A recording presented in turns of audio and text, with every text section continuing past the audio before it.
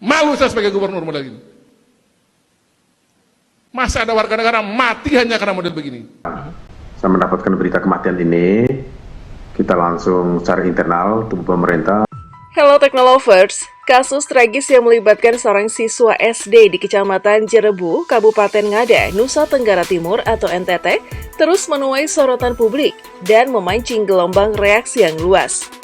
Peristiwa ini ramai dibicarakan karena korban disebut bunuh diri akibat kemiskinan, sebuah alasan yang membuat banyak orang terhenyak.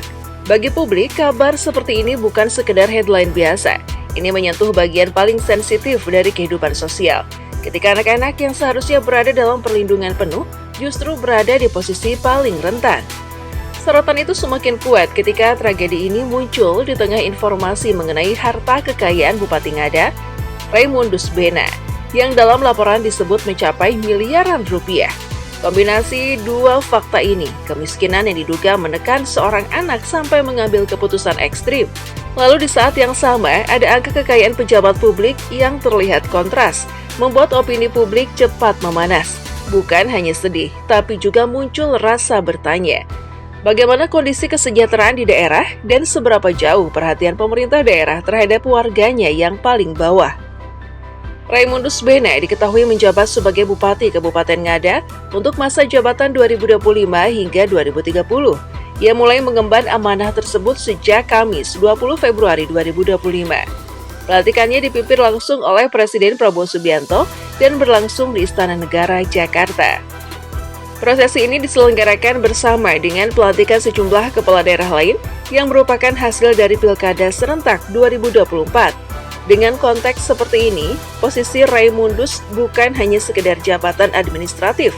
Ia berada di titik kepemimpinan yang akan sangat dinilai publik, terutama ketika daerahnya sedang disorot oleh tragedi sosial.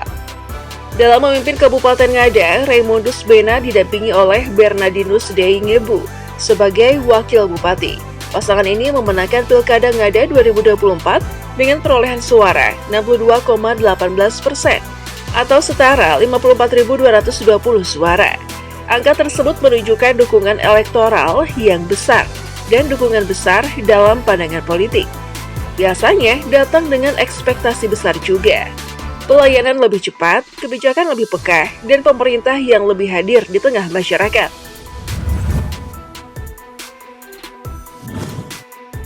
Profil Bupati Ngada Raimundus Bena.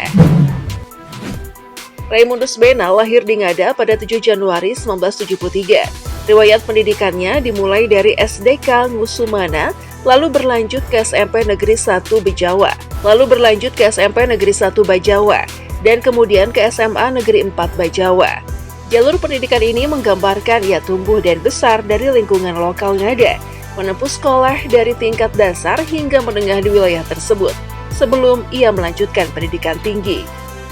Berdasarkan informasi yang dilansir dari laman resmi pemerintah Kabupaten Ngada, Raimundus melanjutkan pendidikan di Universitas Jember dan meraih gelar sarjana sastra. Setelah menyelesaikan jenjang sarjana, ia kemudian melanjutkan studi magister di Universitas Gadjah Mada dan meraih gelar S2 pada tahun 2001. Bagi banyak orang, latar pendidikan seperti ini kerap dianggap sebagai modal penting untuk memimpin, bukan hanya karena gelarnya, tetapi karena pengalaman berpikir, jaringan, dan kemampuan mengelola persoalan. Di luar jalur akademik, Raimundus juga tercatat aktif dalam berbagai organisasi. Ia pernah menjabat sebagai koordinator BKPM P2KP, kemudian menjadi sekretaris PDK Kabupaten Ngada, dan juga pernah menjabat sebagai Wakil Ketua Dewan Tanfidz Partai Kebangkitan Bangsa atau PKB Kabupaten Ngada. Pengalaman organisasi seperti ini biasanya membentuk keterampilan manajerial dan komunikasi politik, karena seseorang akan terbiasa mengurus program, rapat, koordinasi, serta berhadapan dengan berbagai kepentingan. Untuk karir profesional, Raimundus memulai langkahnya sebagai penerjemah dan asisten ahli numerasi pada program USAID. Lalu, ia juga sempat berkiprah sebagai dosen, diantaranya di Universitas Terbuka Cabang Bajawa dan Universitas Citra Bakti. Perjalanan karir yang melewati ranah profesional dan pendidikan tinggi membuat profilnya terlihat berlapis. Pernah bekerja dalam program, pernah mengajar, dan kemudian masuk ke arena politik yang menuntut kemampuan berbeda. Di ranah politik, pengalaman Raimundus terbilang panjang. Ia pernah menjadi anggota DPRD Kabupaten Ngada dari PDK dan PKB, lalu menjabat sebagai ketua fraksi PKB, serta duduk di Badan Anggaran dan Badan Pembuat Peraturan Daerah DPRD. Jabatan-jabatan ini umumnya berkaitan dengan keputusan anggaran, pembentukan regulasi daerah, serta pengawasan kebijakan. Artinya, ia tidak asing dengan proses pemerintahan dari sisi legislatif. Sebelum dilantik sebagai bupati, Raimundus lebih dulu menjabat sebagai wakil bupati Ngada periode 2021 hingga 2024. Pengalaman tersebut menjadi semacam jalur lanjutannya menuju posisi tertinggi di daerah. Lalu pada periode berikutnya, ia resmi menjadi bupati Ngada untuk periode 2025 hingga 2030. Dengan rekam jejak yang panjang, publik tentu akan melihatnya sebagai pemimpin yang paham birokrasi dan paham medan. Namun sorotan publik juga bisa menjadi semakin tajam saat tragedi sosial seperti kasus siswa SD di Cirebon mencuat. Harta kekayaan Raimundus Bena. Merujuk pada laporan harta kekayaan penyelenggara negara atau LHKPN per 11 April 2025, total harta kekayaan Raimundus Bena tercatat mencapai Rp7.828.313.225. Angka ini kemudian banyak dibicarakan karena muncul beriringan dengan tragedi sosial yang sedang menyita perhatian. Untuk melihat gambaran besarnya, berikut rincian yang kami berikan. Tanah dan bangunan seluas 884 meter persegi per 108 meter persegi di kabupaten atau kota Ngada, hasil sendiri Rp850 juta. Tanah seluas 535 meter persegi, Rp130 juta. Tanah seluas 780 meter persegi, hasil sendiri Rp460 juta. Tanah seluas 12.000 meter persegi, Rp135 juta. Tanah seluas 4.000 meter persegi, hasil sendiri Rp410 juta. Tanah seluas 3.619 meter persegi, Rp105 juta. Tanah seluas 5.452 meter persegi, Rp110 juta. Tanah seluas 9.551 meter persegi, Rp130 juta. Tanah seluas 4.622 meter persegi, Rp135 juta. Tanah seluas 5.029 meter persegi, Rp60 juta. Tanah seluas 3.950 meter persegi, hasil sendiri Rp90 juta. Tanah seluas 4.900 meter persegi, hasil sendiri Rp70 juta. Tanah seluas 1.000 meter persegi, Rp55 juta. Tanah seluas 6.000 meter persegi, hasil sendiri Rp45 juta. Tanah seluas 150 juta meter persegi. Tanah seluas 150 juta meter persegi, hasil sendiri Rp2.010 juta. Tanah seluas 8.500 meter persegi, hasil sendiri Rp110 juta. Tanah seluas 7.500 meter persegi, hasil sendiri Rp85 juta. Tanah seluas 5.000 meter persegi, hasil sendiri Rp70 juta. Tanah seluas 4.000 meter persegi, hasil sendiri Rp60 juta. Tanah seluas 5.000 meter persegi, hasil sendiri Rp65 juta.